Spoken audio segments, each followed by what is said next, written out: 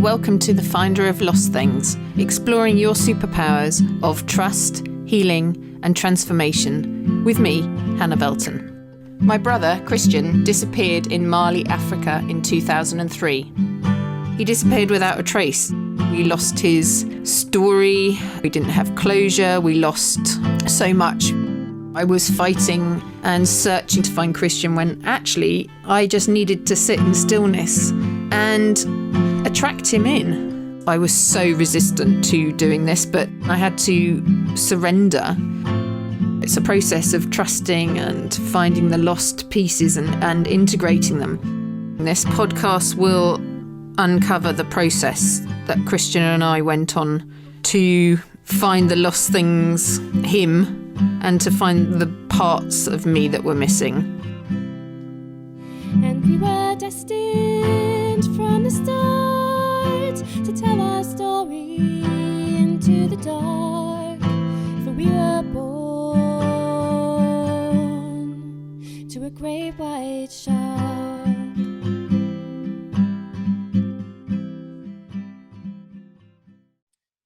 Hello, welcome. Do come in as usual, come in around the fire. We had actually summer solstice in the northern hemisphere last night, and I was around a fire with Nikki, who was on the show a few episodes ago, and it was so beautiful. So I hope everybody during the week is feeling the sun energy and really feeling like powerful. There's some powerful energy around at the moment. And I'm not going to talk too much. I've been told not to talk too much because I have an amazing guest to welcome onto the show. So I met Sophia Christou. We haven't actually met in person at all. We've met online about, I guess, maybe a year ago. It was maybe more than that. And we immediately had this connection. It's not a connection that you particularly want to have with somebody, but we both had brothers in spirit. And so we sort of had a few conversations around our losses and what we gained from now having a brother in spirit. And I asked Sophia if she might like to come on the podcast back in January when we started the shows, and she was a little bit hesitant. So I think it's come to the point now. Something happened recently where we were kind of jogged to get in touch with each other about coming on the show again, and thankfully she said yes this time. So I just want you to meet Sophia. So hi Sophia, thank you so much for coming on the show. So lovely to have you. You're very welcome. Thank you for having me. We're finally doing it, Hannah. We're finally doing it. And hello everybody. I feel like I actually put on, I don't know if you can see my necklace, I actually put on a bit of colour today because I thought, as you can see, Sophia is an artist and uses such vibrant colours, and she's so joyful and just lights up the screen wherever she is. So so don't colour. I did notice it suits you. You should do it more. Oh, thank you. Well, I will. So where do you want to start? Because this is just going to be sort of a chat between friends. So do you just want to tell us a bit about your brother maybe, or something, or your colour? What about your love of colour, your sort of artistry, and where you are with that at the moment? So that's really, really interesting because I'm 42 now. When I've always loved colour. It's always been a big part of my life. I've always been quite confident with it and quite bold with it.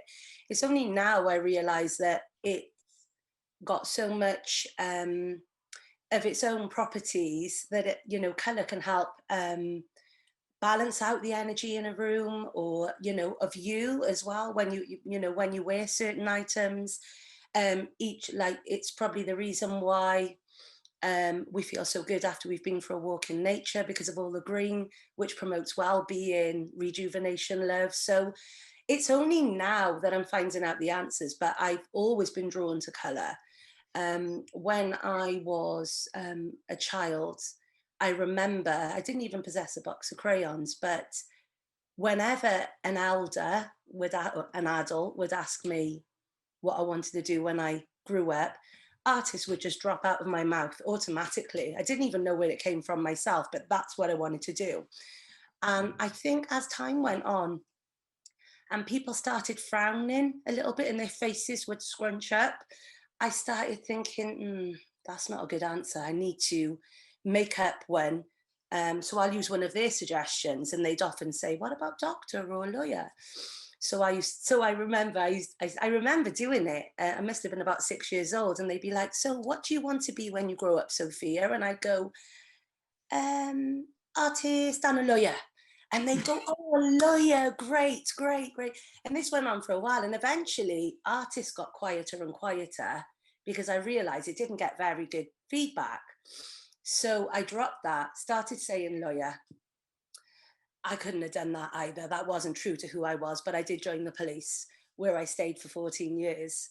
And that's probably a whole other story. But it seems over the last, I'm 42 now, maybe the last 3 years, I picked up a paintbrush to thinking, well, it can't be so hard to find something that I like. It was for a room I was doing, and I couldn't find anything in the shops. And as soon as I picked up the brush and put that colour on the canvas, it was like magical. And yeah, it was like, oh God, and all the memories from my youth came flooding back to me that actually, you know, I'm a self-confessed colour junkie. This is who I am. So, you know, I guess I just got to keep on going with it. So yeah, but I don't do as much art as I'd like, but I also do like digital prints, vibrant digital prints, and colour in the home, balancing spaces and interiors, and harmonising the area, and then that filters through to the people that inhabit that space as well. So it's a win-win, really. I get lots of joy from creating it, and the people that reside there feel the uplifting energy of the colours and the balance too. So yeah, I was just going to say there's something unseen going on, isn't there, when you're working? I know, I'm just being told, like, it's a lot bigger than putting color onto a canvas. There's energetic things that are going on, magic is happening, and it's obviously your gift that needed to come back into your life. So when we should talk about your childhood, because I guess, you know, it, as so often happens in childhood, we are adapting to our situation and what is going on around us, and if we're getting frowns about things we're saying, and you know, all these gifts get squashed so young. But can you just sort of tell me a bit about your family and your family background? Yeah, sure. So I was born in Manchester, stayed there till I was 3, had my older brother Zubi, who was already he was 4 years old when I was born. Lived in Manchester with mum and dad till I was 3. Then we moved to Wales. You'll have to excuse me, my candle's gone out and it's smoking everywhere. I'm going to start coughing in a minute. If I do, that's why. And we came over to Barry, South Wales, and I've been here all my life. Mum's a quiet, gentle soul. And she came over from Afghanistan with my dad when they were in their 20s. They married and then came here. Life wasn't that easy for her. And, you know, there was some domestic violence in the home. It wasn't always a happy place. So I guess I was looking for things to uplift myself with, and who knows, maybe that's where the colour was born. Who knows? I think my brother took quite the brunt of it because he was older. And the automatic assumption from me, looking back now, it's only now I can look back and start joining all the dots. I couldn't at the time, was that I had him as my protector. So he made me feel safe in an environment that sometimes didn't. You know, my mum spent a lot of time in fear, and she did an amazing job with 3 of us. My sister later came 7 years after me. She's awesome. So she did what she could, but I guess was often in survival mode. So we just made the best of it, you know, and through that we became quite close, but also quite mature, with a fair bit of responsibility on our shoulders, I guess, to keep each other safe, to look out for mum, to see what mood, you know, dad was in when he came home, things like that. And it's just, they're just life circumstances. It happens like that sometimes, you know. We weren't on our own in that situation, but it does, I want to say mold, because I think everyone can change, everyone can shed layers. We're like an onion, aren't we? We can just shed that shit. Excuse my French, but that's what I call it, shedding the shit. But when we know how, obviously. Yeah, it wasn't easy. So, you know, we had each other's backs. He went through some stuff growing up. I wish I could speak to him about that again, and maybe one day I will, and just get to try to understand that a little bit more. But he went through a phase when he was around 16, where I remember he went to Glastonbury, and he was probably doing all sorts whilst he was there. Maybe that was his way of escaping. He came back from Glastonbury, and he wasn't quite the same person that went. So I don't know whether he maybe had an awakening, or too much LSD, or I'm not quite sure, you know, what it was. But after that, he got diagnosed with schizophrenia, paranoid schizophrenia. He was hearing voices. He was feeling quite down. He was hallucinating, not all the time, and I'm not sure what triggered it. But every now and then, you know, it'd be like he's drinking a cup of tea, but there was no tea, having conversations with people that weren't there. So he spent quite a lot of time as a sometimes as a visitor, and sometimes as an inpatient at our, it's no longer here, but at our local, I'm not sure what they call them then, but I guess mental health hospital. And he, hang on. He'd be a visitor there. Sometimes we'd think, oh, he's getting better and he's doing good, and I'd have loads of regular conversation with him. He's always very caring and asking what I'm up to and who I'm hanging around with, who my friends are, and you know, he's always giving me little nuggets of advice. You know, they were on his good days, but on his days that weren't great, he wasn't. It's like he wasn't in the room. He wasn't in the room, and that's when we'd get health services involved, because that's what you're told to do, aren't you? Go to the GP, medics know best, and they do, they know a lot. But obviously in 2021 now, we know there's a lot more. There are different ways of approaching health and mental health, and there's guidance for different situations, not necessarily conditions, but this was going back some time. So I'm 42, he'd be 46 now, and he was 20 at the time, so some 26 years ago. He was last seen meditating before he went missing whilst he was at hospital. And that was when he was 20.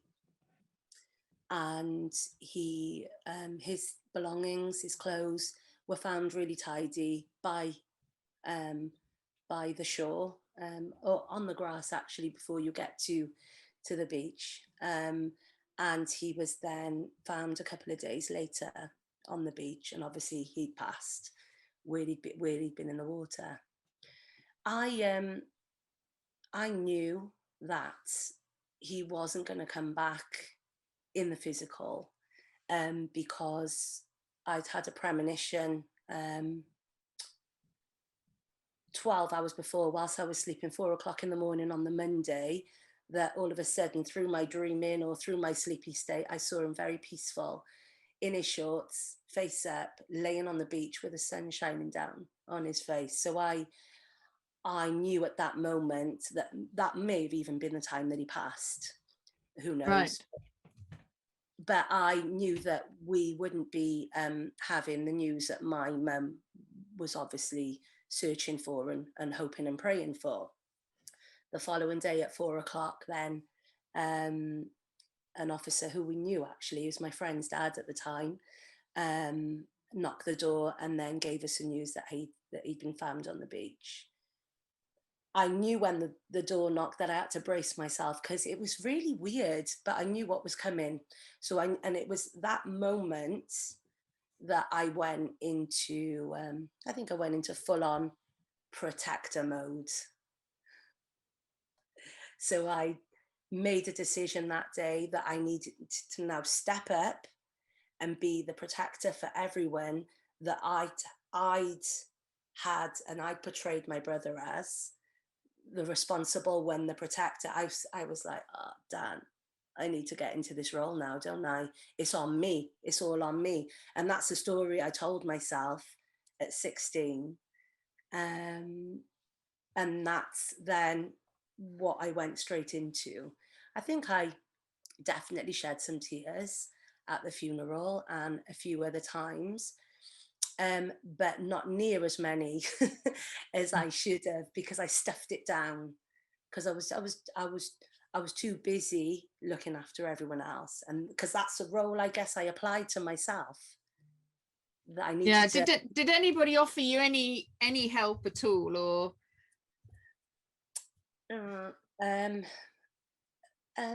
Friends. Friends were there for me. But in relation to, no, I think what we got, it was quite sad, really. And I think this might have been where I lost a little bit of faith in people as well, and authorities, was when the nurse came round to visit my mum a few days after. And I think I may have gotten really brave and asked her, because they'd asked him to stay in. He wanted to come home, and they'd said no. And my mum had asked why, and they said, because we want to keep a really close eye on him at the moment. So he disappeared when, they said it was when there was, I can't remember what they call it, but it's when they swap over shifts. Yeah. Mm-hmm. And he kind of went around that time. So yeah, he slipped their eye, maybe people were busy, but they definitely weren't, it doesn't matter now, what was meant to happen happened. But there was no close eye being kept, I guess, at the time. And one of the nurses came round and I asked her, why couldn't he come home? Obviously, when something so sudden happens and so you're so grief-stricken, immediately you look externally for all the answers and who you can blame and who was responsible. And he would still be here now if they kept an eye on him, if they did what they said they were going to do. It's only when you mature and start opening and looking at life that you know that absolutely, well, this is the experience for me. Obviously, this is all my experience. I'm not speaking for everyone, but everything happens for a reason. And I guess it's our duty to go and look for that and find what that is. It's not our fault that these things have happened, but it is absolutely up to us to find our own peace, and find our own way, I guess. So what going back to the nurse, unfortunately, I think I asked her, why didn't you wouldn't let him home because you wanted to pay close attention to, so we trusted you, and he's not here now because no one was paying close attention to him. And her words were, well, you know what, he could have come home and got hit by a bus crossing the road. So yeah, I think at that moment Wow. Yeah, I got up and left the conversation then because I couldn't stick around for it. I was a very angry 16-year-old at this point, but I think that might have been another addition as to why I felt, well, I need to do this myself then. I need to be responsible because nobody else is. Yeah. And how did you feel towards your brother at that point? Oh, I haven't really thought about that, Han.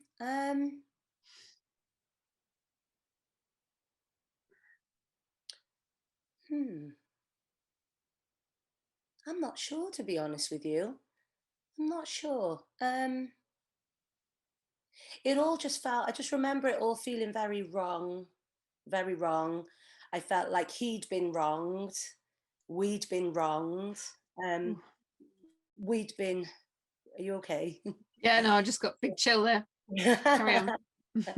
And, you know, we'd been robbed. I'd been robbed of my older brother. And I guess I felt like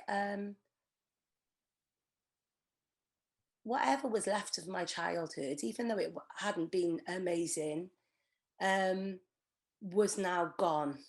Everything was dissolved, and it was time to step into adulthood. So I definitely lost. I lost a big part of me around there, but like I said to you, I just stuffed it down literally till I was 40. And then it came up and bit me in the ass. So what did you kind of do between the time where you sort of stuffed it all down? What kind of life choices did you make, and were they good life choices? Right. Life choices. So for around about 16 to 17 and a half, I was a bit of a rebel. I stopped believing in my faith went. Whatever faith I had, whatever I held in my heart, it kind of went, and I got angry. Not, I don't remember going round fighting or causing issues. I don't know, my friends from those days might say otherwise, but I definitely had a lot of pent up anger, feeling very wronged, justice hadn't been served. And I guess that would have come out in different ways, you know. I kind of flunked school, couldn't be bothered, went to college, did a few odd jobs. And then something happened around the time when I was about 18. So it was about 18 to 20 months off the rails. Not making great choices, actually, but we won't delve into them right now.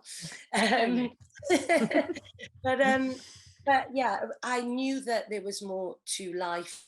And my boyfriend at the time, now husband of 18 years, bless him, was supported me all the way. I joined the police. I needed a challenge. I knew there was more to me, so I joined the police force. And I guess that kind of ticked two of the boxes. That was like, that's kind of the lawyer I told everyone I was going to be. So that's kind of that done. And also I can protect others. I can protect because I'm a protector, and I was really, really good at that. So I carried that on for about 14 years. Did you know were you happy in the police? Were you? For the majority of the time, it's where I needed to be. It's where I wanted to be. I felt, I think I felt really lucky to be there, because when I dropped around the time where I dropped telling everyone that I wanted to be an artist and kept it quiet, I also decided that I've got no good ideas. Ideas aren't, people like me don't have good ideas. I don't know where I picked that, and I carried that with me. So I almost felt blessed that I got in, even though I did all the hard work and I deserved it. It was a real massive accomplishment for me because I never thought I could. I didn't have much self-belief. So I needed to be in the police force for the whole time that I was there. The last couple of years, last year in particular, 18 months wasn't great. And I made my decision then to leave. But everything had to happen exactly the way it happened to get me to the point that I am now. I learned so many skills. I had so many heartwarming experiences, and I met so many kick-ass people as well. But I also saw a different side amongst people, and I also got a very strong message. God, these premonitions pop up quite often, come to think about it. So I had a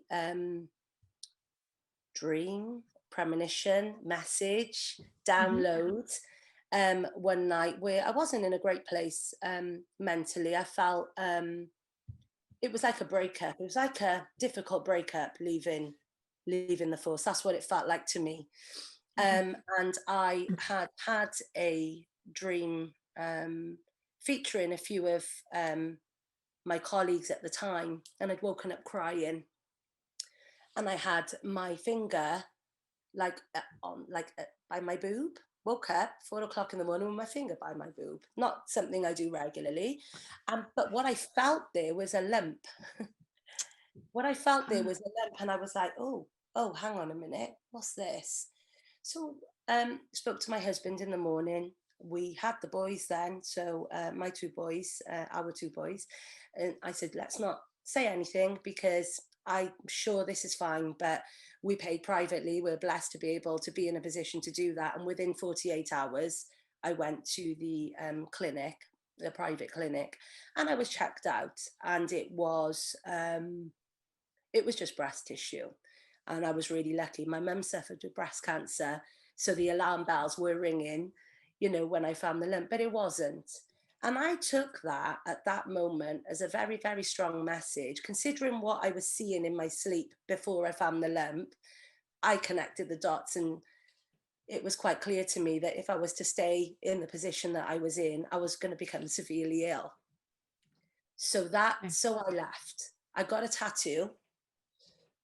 Live life without regret. Time is precious, because you're not allowed to have new tattoos in where I was. And that kind of sealed the deal for me that it was time to go. So that's what I did. So you took all your guidance and all your intuition, you were listening to it all along. All along. Yeah. All along. And interesting, and just a point about meeting your husband quite early on. Like, it's almost, I had the same with my husband. You lose a brother, but you're then given the life partner, I guess, in a sort of in return. I don't know if you thought about it before, but that's what happened with myself. That's interesting, isn't it? Yeah, it was quite soon after, I guess. I don't know, maybe I was looking for someone to look after me, and that's because he certainly does. And that's who I attracted in. He's very loving, very caring, puts us all first before himself, which he usually gets a row about from me, because I'm trying to convince him to go for regular massages for his back rather than wait for his back to go before he does it. Yeah, he's not great at putting himself first, so I'm trying to work on that with him. But yeah, no, he yeah, he's not like me. He's not a chatterbox. He has his moments, but he's a very strong, backbone for me. He's one of those like gentle, quiet types who know's always got you. So yeah, maybe I was seeking him out all along. All along, yeah. So we should probably skip forward now to the sort of awakening you had. Does that kind of fit in with the timeline of things that you wanted to talk about? I guess so. I guess so. So I left the police force, and I would have been really happy to stack shelves. I just wanted to get my bumps and my personality back. I'd been feeling a little bit lost. And to fast forward, me and a friend of mine and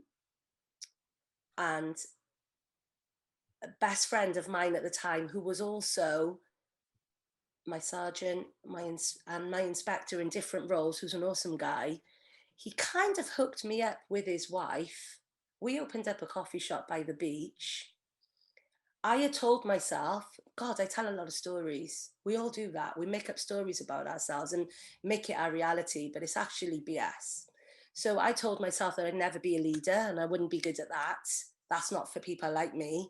And then I became a leader with Elena. We chose our team. We converted an old lifeguard station into a lovely, lovely venue, really. It's quite popular. On Barry Island in Gavin and Stacey Land. And yeah, we both, she loved coffee, I love food. We kind of figured that it can't be that hard for two nice people to set up a business and build it and they'll come, and they did. And that was 6 years ago. So that's still going strong. Around about 2 to 3 years in, we both started having a little bit more time in our hands. We put in so much hard work. We had everything running the way that we would like. We've got a most amazing manager and she wanted more responsibility. So we stepped back. So what actually happened in that time, I think for the first time in decades, was I had space. The old space. That old chestnut. So I had formed some space around me and space within me. So with that comes itchy feet and fingers that go like this. And it's like, what can I do? What can I do? What can I do? So I kept asking a question. Who can I help? Who can I help? Life is good. My family are healthy. I know I'm not just here to celebrate Christmas and birthdays. There's more, there's more, there's more. Who can I help? How can I help? And I'm not sure how many times I asked that question, but it was whizzing round all day, every day for a little while. And then through my business, a lady, it's funny calling her a lady because she's now a very, very close friend of mine, like a sister. But a lady, Kelly, she came through, wanted to book a birthday and she wanted to celebrate friendship. And I thought, wow, that's awesome. On her birthday, she wants to celebrate her friendships at my coffee shop. So I did all the food. They had some lovely, like delicatessen type, buffet. And at that moment, she claimed me as her friend because she made me get up and give a speech about my best friends. So she put me on the spot, she called me out and she had me in tears and I hardly knew her. From then, we knew that we were meant to meet each other. We were meant to get to know each other and do some stuff in life together. We just knew. I'd never had a meeting like that before, but it just felt like I'd known her for so long already, yet we'd only just met.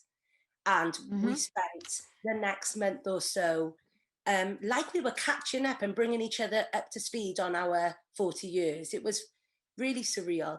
Kelly's still in my life now. She always will be. I think that our souls knew each other long before we did. That's what it feels like. But there's something about Kel's that's quite significant. She introduced me, well, very significant to this really, and shows what my brother's been up to all this time. If only I paid attention. So she introduced me to two of her very close friends and said, I'd really like you to meet my other friends and I want you to come to our barbecue on Sunday, all of you. So spoke to hubby, he was like, nothing on, let's go. So I said, brilliant, Cal, we're all in. Where do you live?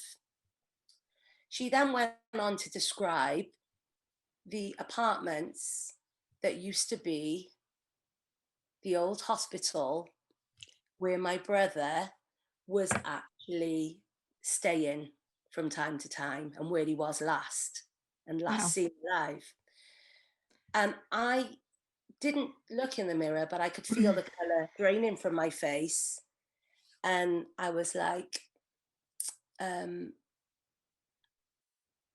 okay, are you shitting me, Cal? Is this And she was like, sorry, no, we all live here, all three of us, we've all got apartments here. I said, of course you have.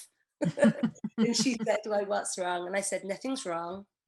We'll be there, but it's a place I've avoided all my life. It's the beach where my brother went into the water and was found. And she was amazing. She was like, I'll guide you through it. We'll walk the path first. And I was like, thank you, we're coming. And, you know, I honestly think he, well, I mean, you couldn't get more obvious than that, really, could you? So I don't need, I'm not questioning it, but it was just mind blowing how obvious that was, that he had brought Kelly to me and the other girls to me, and it took me to where he was last, and now I can visit there. We had a beautiful afternoon, the sunset was stunning, we had great connection, a good laugh and food, and I now don't associate the beach with anything else but beauty, you know. So he was the catalyst for the start of what followed after that. And I think what followed after that was 6 months of full on looking inwards and asking questions, being curious, making space, allowing myself to be still, saying no to things that I didn't want to do, saying yes to more of what I wanted to do, and and learning, really. I went for Reiki, and then I became attuned to Reiki because I loved how it made me feel. I loved the inner space. I felt so floaty and like I had so much more capacity all of a sudden, you know, like all the old all the old used up energy had been flushed out my system. So I thought, well, I'm going to train up in this. So I do that for family and friends now, every now and then. I should do it more, really, because it's quite amazing. So, and then I learned how to meditate. I don't do it as much. I don't do it often, but just knowing all these ways. I'd never looked inward before in my life. I didn't know what it was. I think it took me 3 decades at least to actually make the connection that our mind and body are actually connected. You know, I was disconnected from that way of thinking, I guess, because you only know what you know. And then when you know better, you do better. You know, that's kind of how it works. You do your best, and then when you know better, you do even better, and so on and so forth. So did you ever have a connection with Zubi that you could how did that sort of develop? Because I know you do have a connection now. How can you talk me through kind of like how that developed as well? I guess so. I think the more open I became to dropping down from my head and into my heart, the more aware I was of different messages, signs, music coming on through the radio, my playlist shuffling to songs that I couldn't listen to before because they would break my heart. But now I'm singing along in the car to, you know, the car to them at the top of my voice and just feeling his presence and just having this knowing that he's absolutely around. So I think trusting,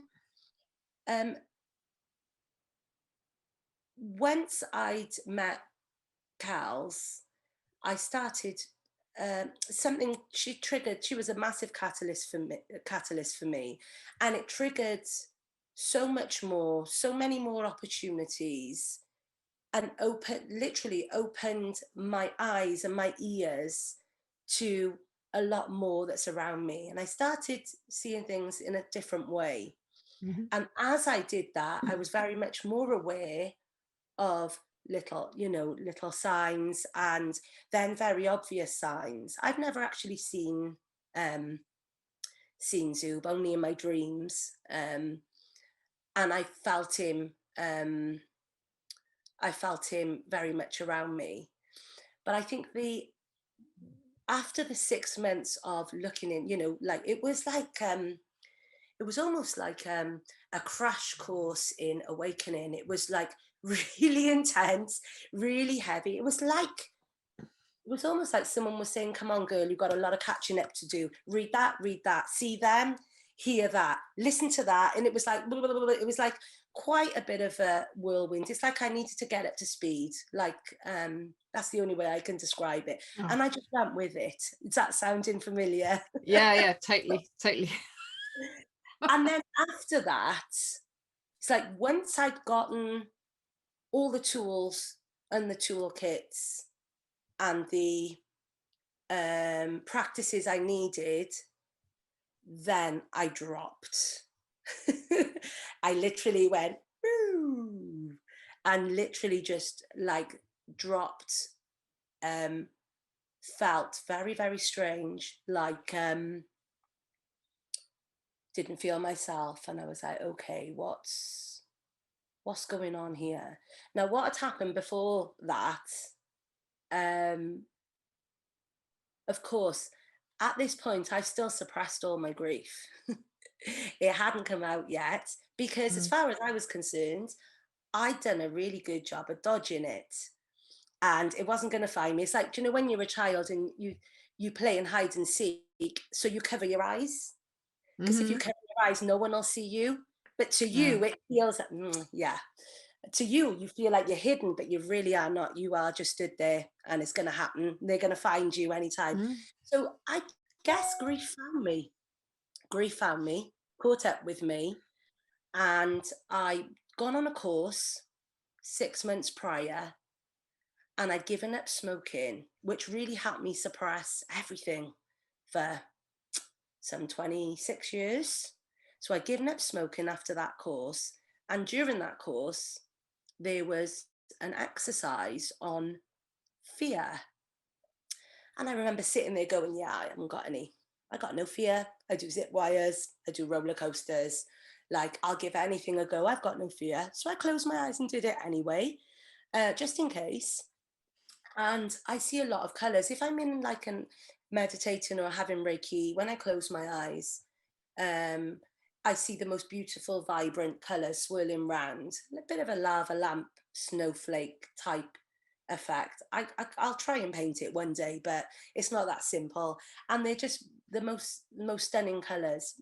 During this exercise, there was a bright electric blue. Funny enough, there's a lot of those bioluminescent plankton around at the moment, that type of electric blue, but really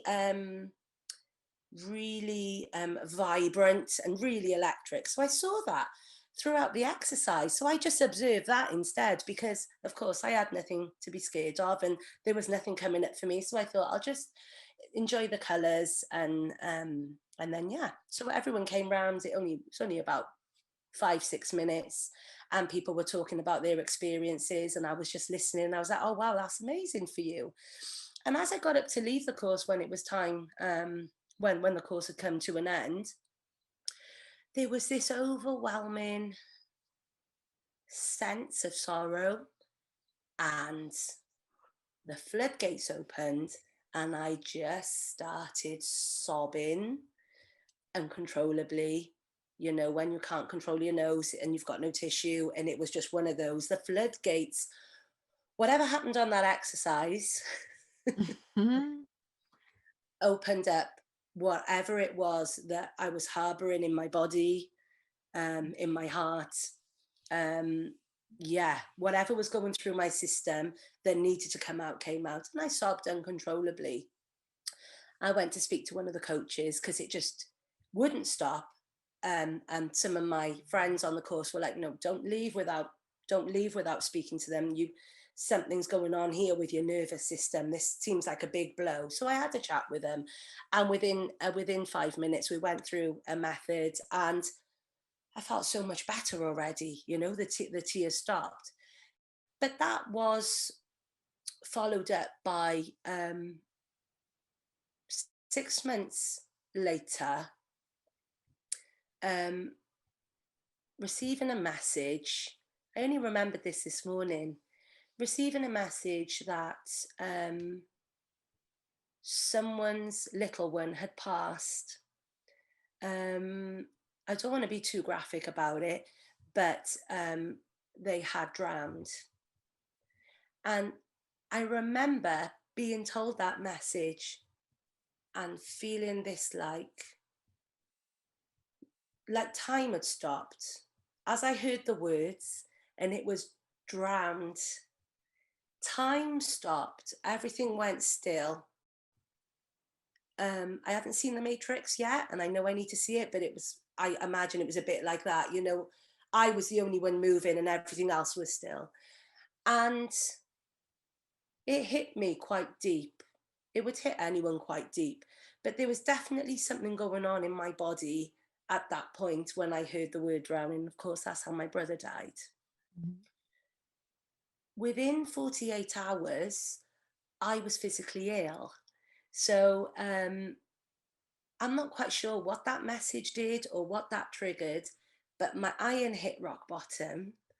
I later found out I was very low vitamin D and B12, all of which are vital for moods. So yeah, everyone get your levels checked.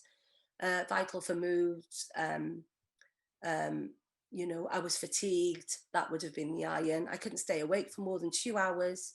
No pain, thankfully. But also had quite a big bleed as well. Obviously went to get checked out, and that is when my real healing journey, I believe, began, because it was like everything was released. So at the same time, my mental health, I would say, suffered. It changed for a while, and it changed me for a while. I became quite withdrawn. I isolated myself from others. I luckily spoke to my husband and my boys about what was going on for me, and not to worry, because I would get to the bottom of it. But something was going on for me, and I didn't want too much responsibility, because all of a sudden, all that responsibility that I was able to juggle like twizzle on a plate with one hand, all of a sudden I couldn't balance a thing. I could only just look after my kids and maybe cook us a meal. Just us, though.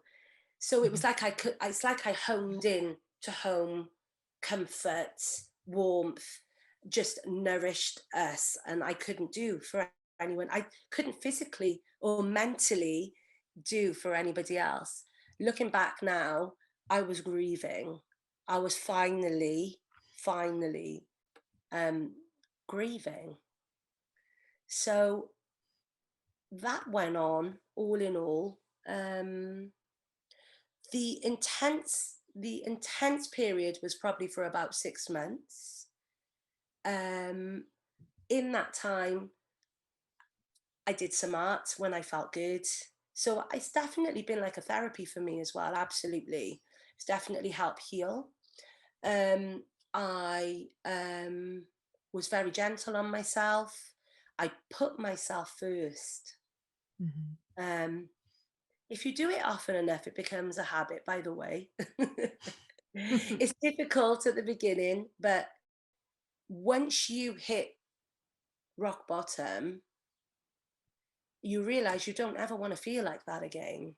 And you'll do everything in your power to keep yourself optimum, not just balance, not just treading water. Like I don't want to just tread water. I want to thrive. We should all be thriving. You know, I want to feel optimum. I want to feel my best every single day, whatever that looks like, and do my best every single day. I don't know if you know about the 4 agreements, Hannah. Have you? I have, yes. Agreements?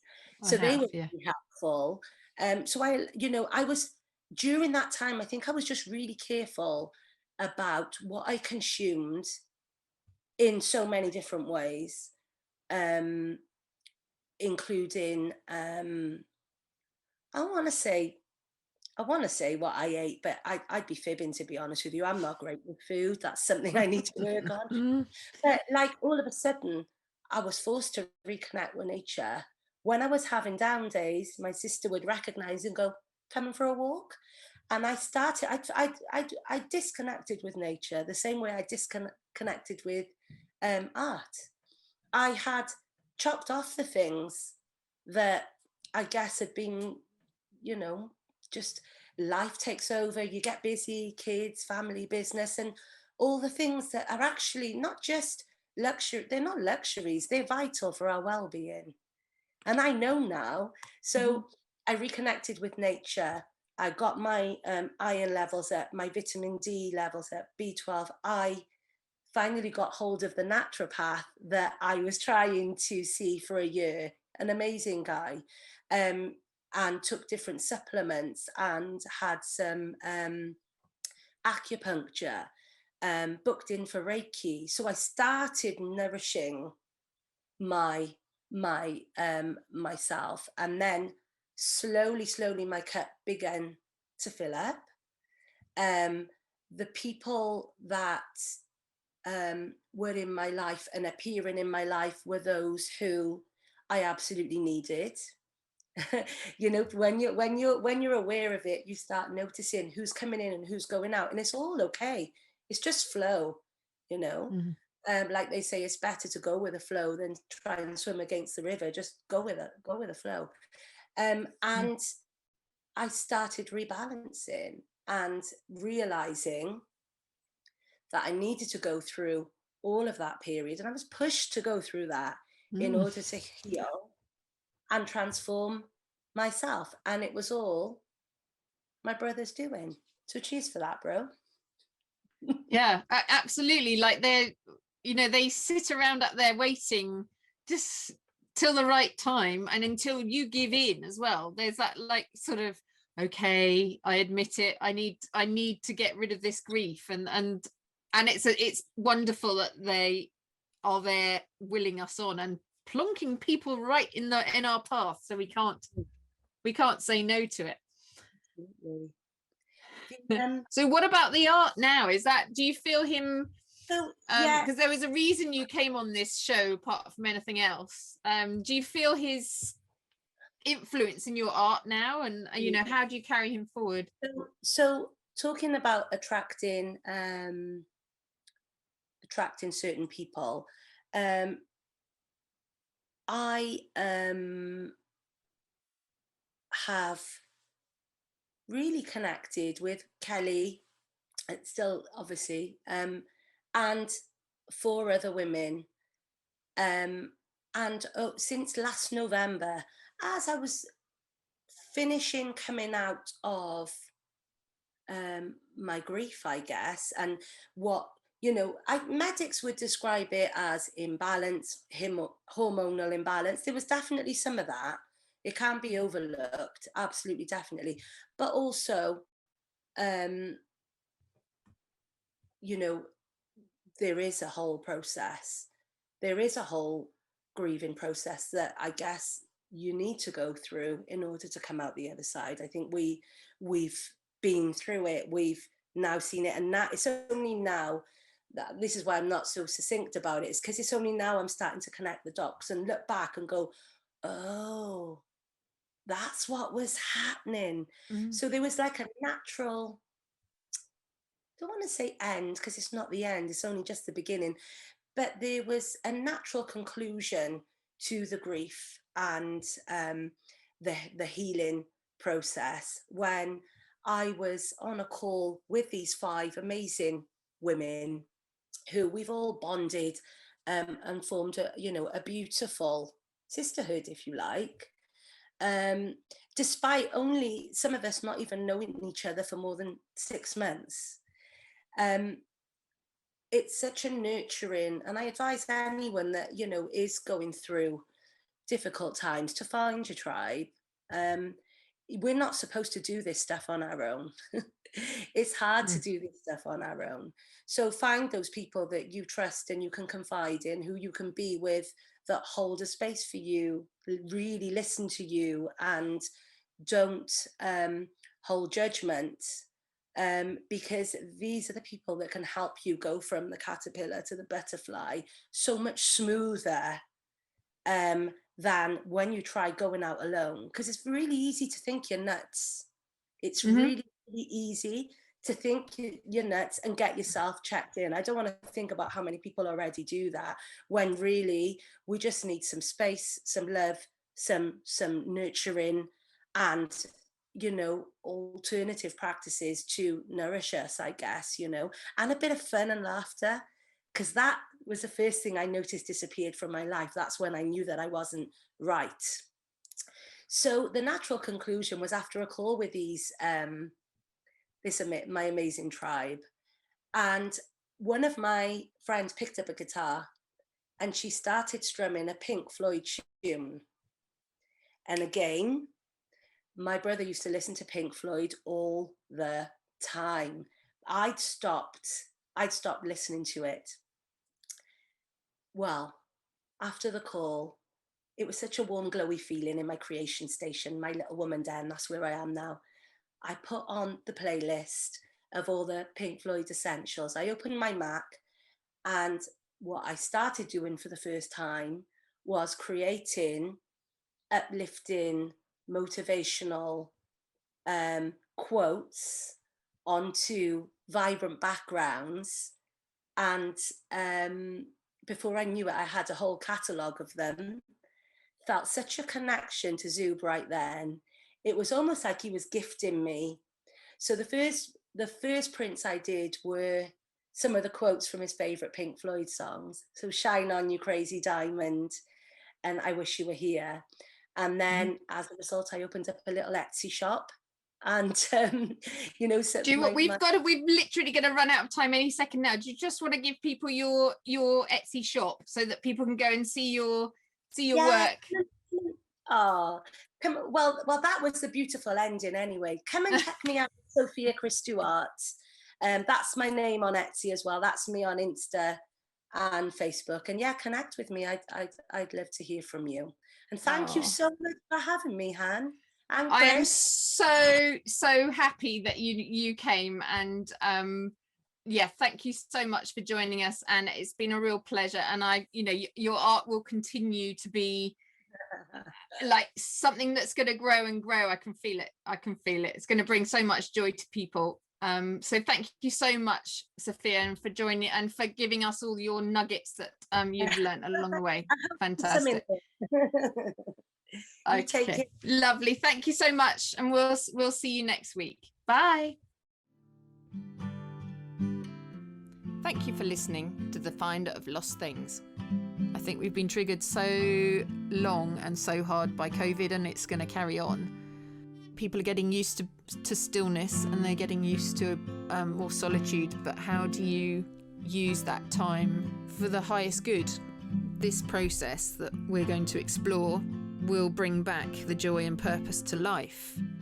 That wholeness, you know, that sort of harmony and flow and togetherness.